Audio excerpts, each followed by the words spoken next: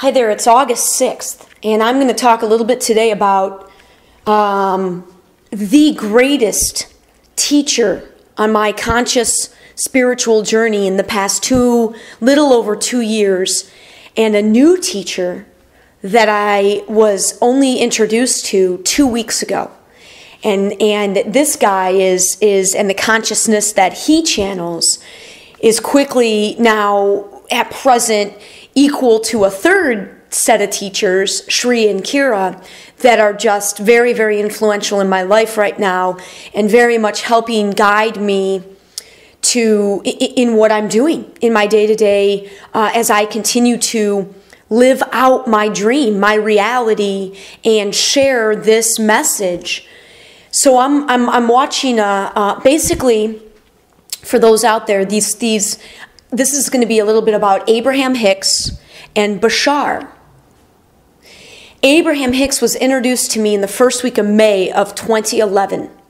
And this was fresh off of my 10 months of healing in Michigan. And Abraham's teachings just immediately resonated with me. And basically this woman, Esther Hicks, is a channel. She is a channel of this higher consciousness, and they call themselves Abraham. And I had just finished this self-induced, diving into a ton of spiritual books from all these different perspectives in the late fall, all the way up to the end of 2010. In 2011, on my own, with the influence of all these different things that I read, on my own, I started to implement in my life. It was instinctive. And I remember because with all of these books, all of these faiths, all of these perspectives, ranging from the most, the organized religions, the top of our organized religion sort of perspective of things.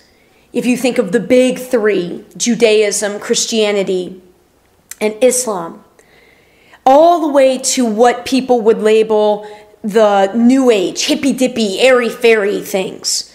Things like astral travel, sacred geometry, crystals, astrology, the Mayan perspective, paganism. And it did not matter what I was reading. All I could feel and interpret was the same message. And ultimately, it was just about love, peace and love. All of them to me were saying the same thing. So 2011 rolls around, and now I'm in January. In January of 2011, personally within my immediate family, was still a very, very challenging month for me. As I began to try, now I understood the power I had to focus on something different, to create, but yet I really wasn't still consciously, I understood it at a level that I wasn't aware of yet. Let's put it that way. And as I prepared, knowing that I was leaving Michigan around early to mid-April and heading back to Florida to sort of wrap up my life, my 16 plus years of living in Florida, put my, basically pack all my things up that had been in storage while I was up in Michigan, ship them off to my new city, to Seattle. And I knew, so I had to sort of reintegrate into the world, because those months of 2010, from July 7th when I arrived home through the end of 2010, I was very isolated, the most isolated I had ever been in my life at that point. And so getting back into sort of reality, the outside world outside of me, and beginning to integrate with this entirely new perspective was, I don't know. At first, it wasn't that it was hard, but the first thing I instinctively did was express gratitude to everybody in my Michigan life. It was like closing the door. It was like this beautiful closure on, I went there to address the pain of my first 18 years of living. I mean, because even though I had tons of happy in the 18 years, the way that I had been living those 18 years in my second 18 years, 17 years, was somehow it got twisted to where I was only focusing on so much of the negative.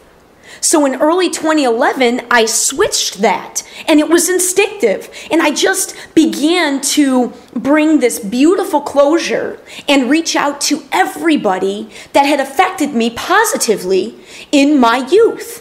Whether it was, I saw my old coaches, I saw some old bosses, whether it was some of my family members, my aunts, my uncles, my cousins, old friends, and it was just like, thank you. Thank you for being in my life. Thank you for being a friend. Like, it was amazing and beautiful. And now I get to Florida a few months into this, and I get introduced to Abraham Hicks. And if you listen to just a handful of Abraham Hicks videos, quickly you will hear how it was crazy. It was like I found a teacher that was expressing exactly what I had stumbled upon on my own. And the greatest thing about these channels, folks, is we all have access to everything that I'm talking about. When Esther channels Abraham, when this guy Daryl Anka channels Bashar, they're not doing anything that we all don't have the capability of doing. We all have access to this unlimited information that is the universe. It's just a matter of understanding it, choosing to learn how to direct our focus and attention to it, and most importantly, how to be open to receive it.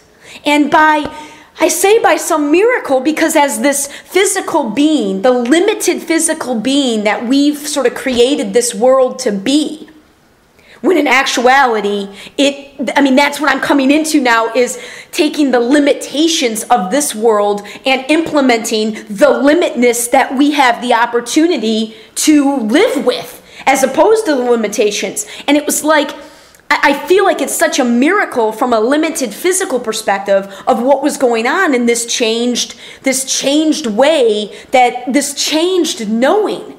And it was, none of it became conscious, and I wasn't aware of exactly what was going on until I heard Abraham.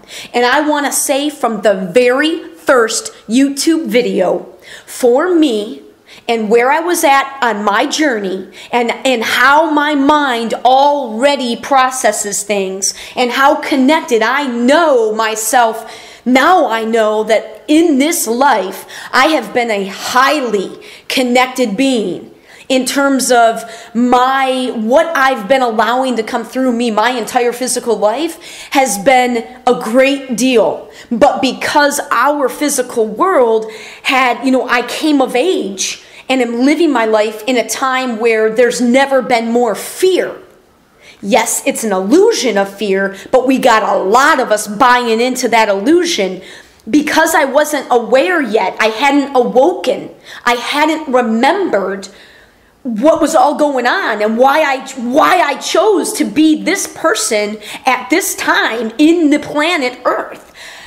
It was so much resistance that's why I had so much unhappiness in my life, because here I was really channeling so much light, so much hope, so much idealism, so much positivity, so much belief in others and the possibilities, but it was like 99% of everybody else that I interacted with, while they loved my energy, if I ever broached anything about creating, like actually doing, instead of just talking about these very idealistic, hopeful ideas, I never, ever, ever could find anybody in my old story who could get on board.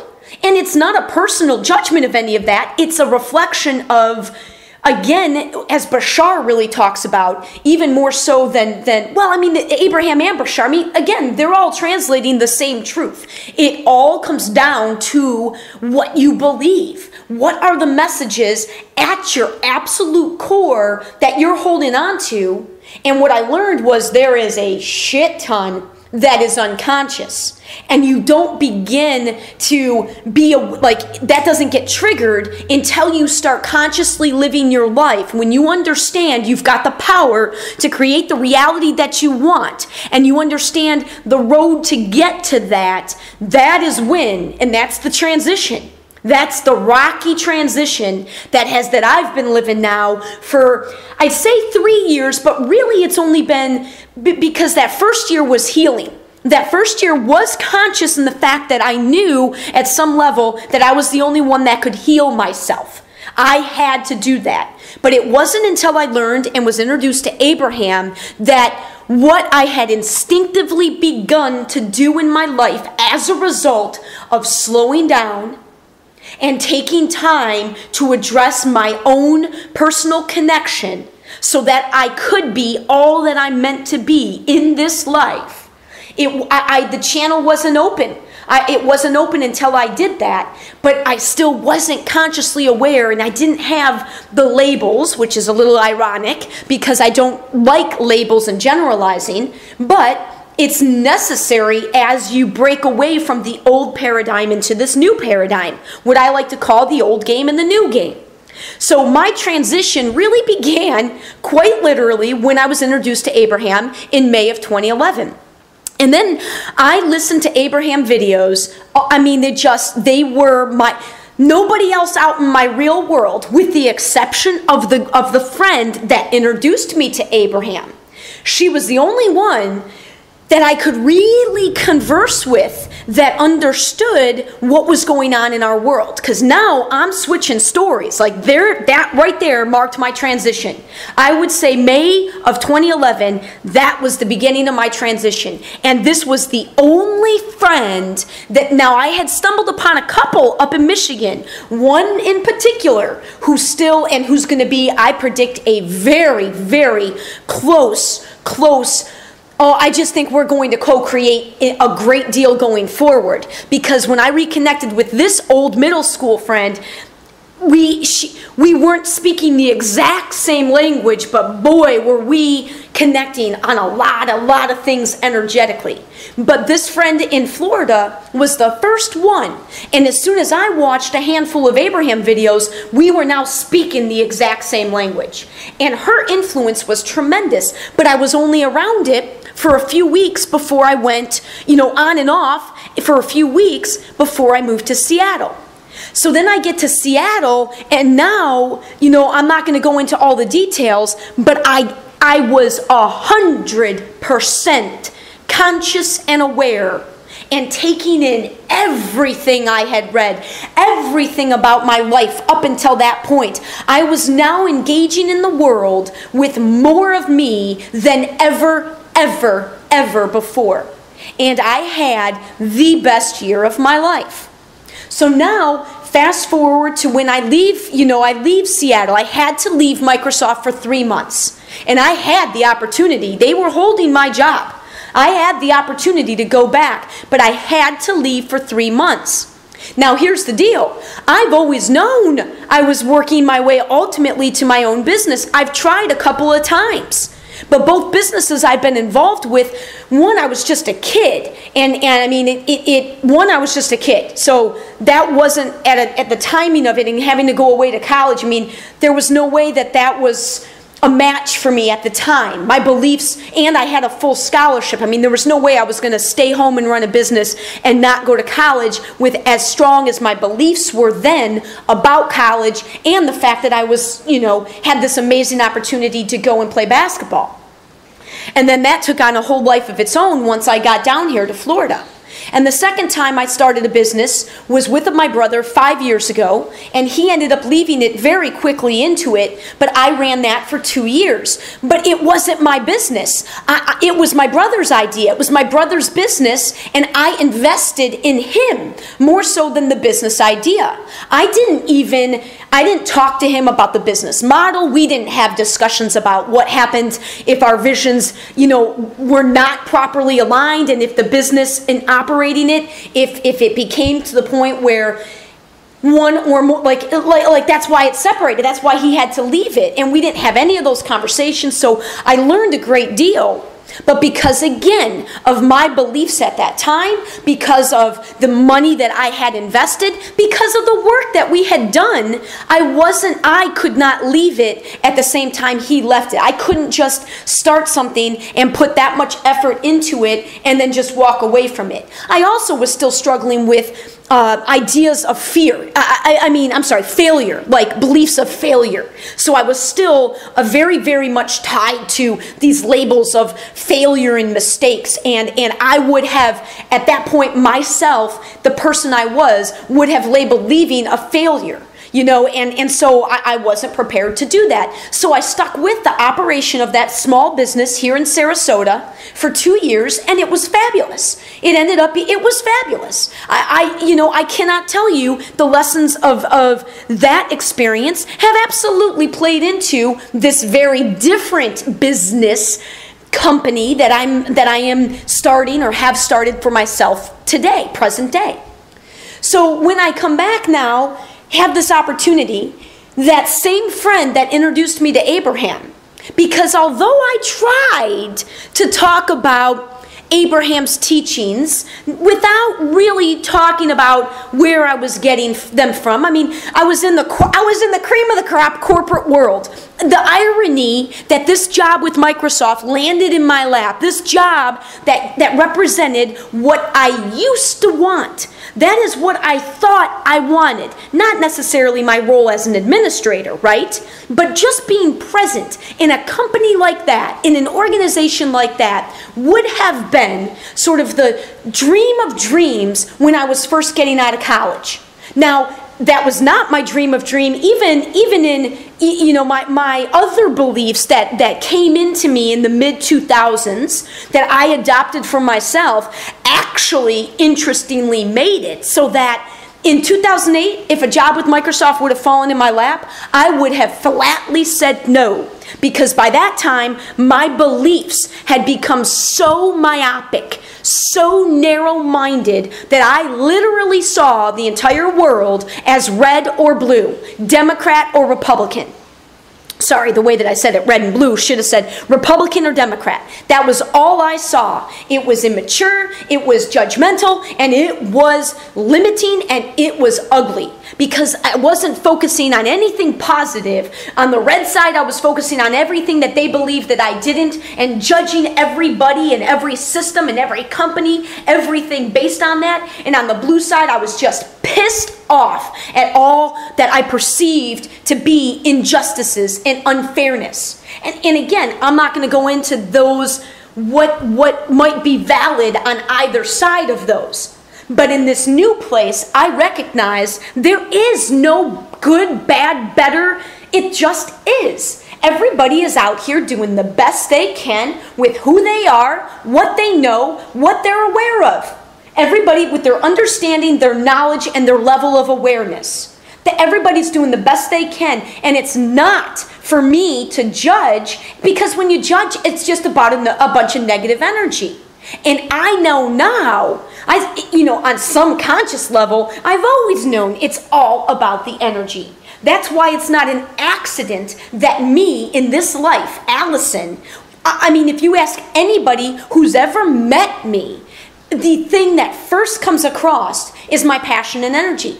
It doesn't matter if they meet me buying coffee somewhere or delivering a paper when I was a kid. I have had this massive level of passion and energy that I've always let out of me.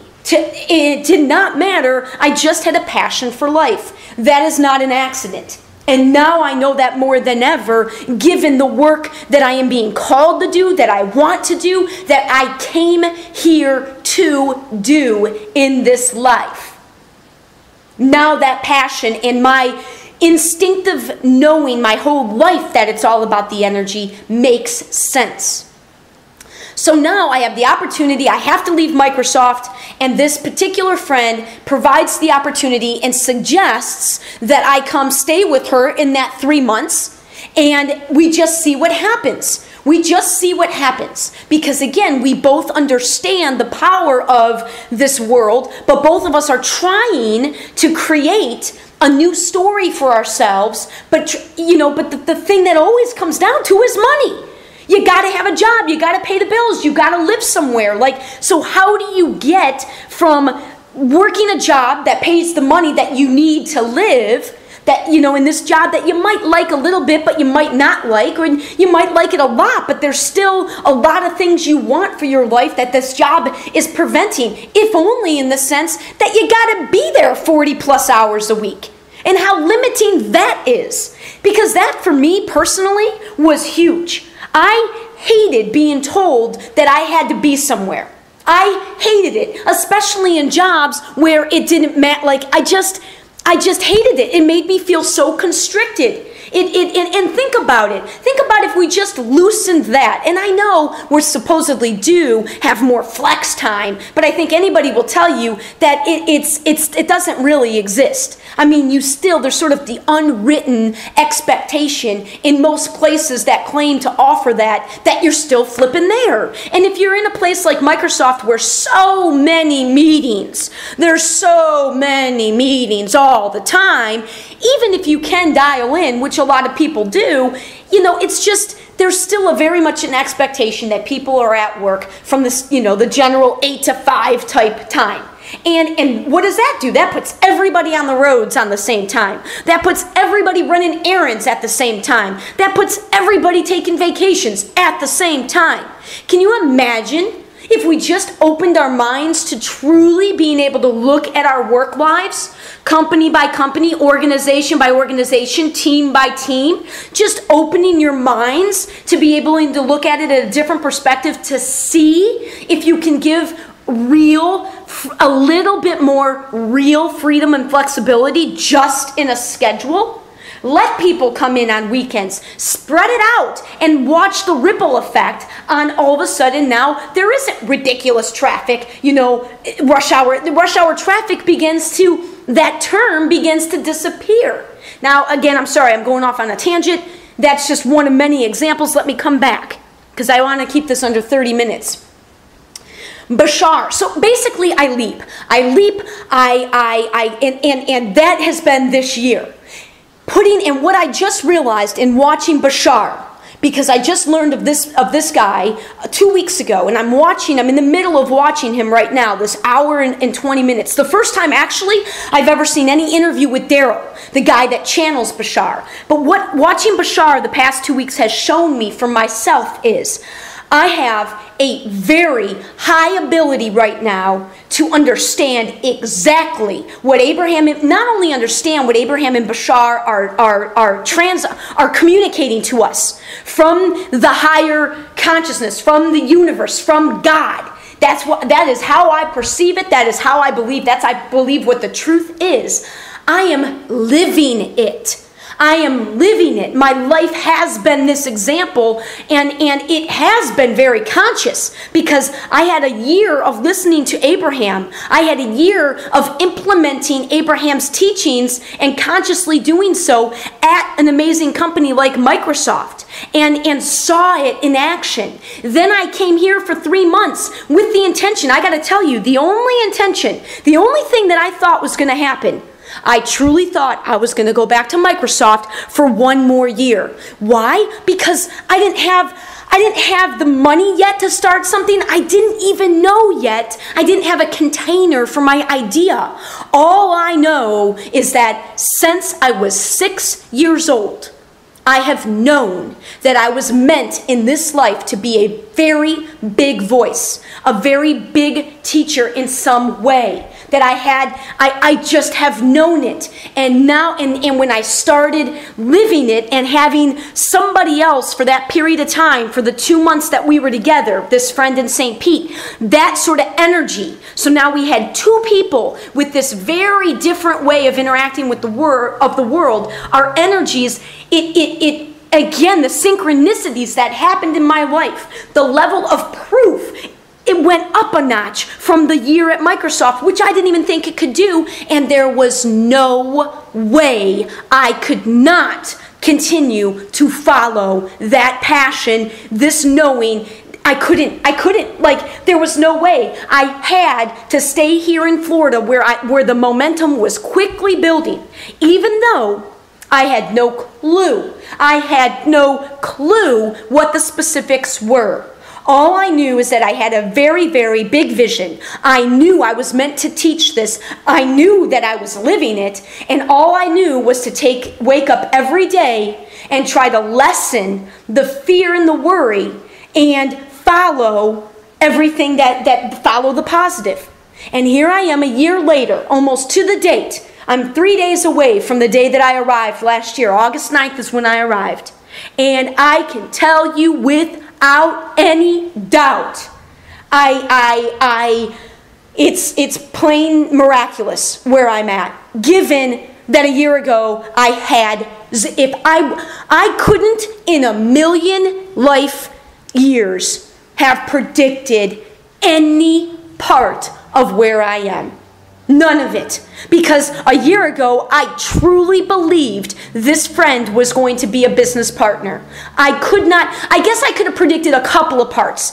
Again, I knew I was going to be delivering a message. But if you would have told me I'd be in my own home, renting my own home, and finally having the space, if you would have told me I would have had a website that is as big as it is, that has garnered as much attention as it is, if you would have told me that the container would end up being this one-line belief of world peace being achievable in 1 year's time, if you would have told me that I had a YouTube channel that although has not, it is poised with almost 200 videos ready for when I know the people that are attracted to this message are going to flood to the work that I am doing.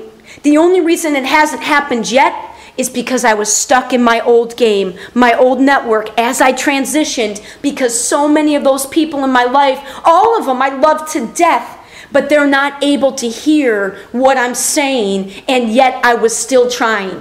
And I tried for a lot longer than I needed to, thus delaying the people that are ready, the millions and millions of people that are ready to hear the message, and more importantly, how to learn how to incorporate the message into their life.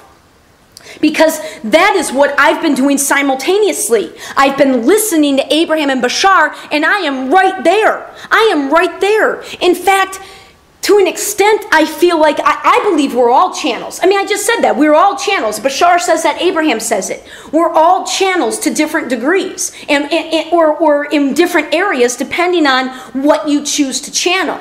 But when they answer questions from the audience, I can give almost the same answer. Like, I'm right there with them, but I'm also living it. And I've made...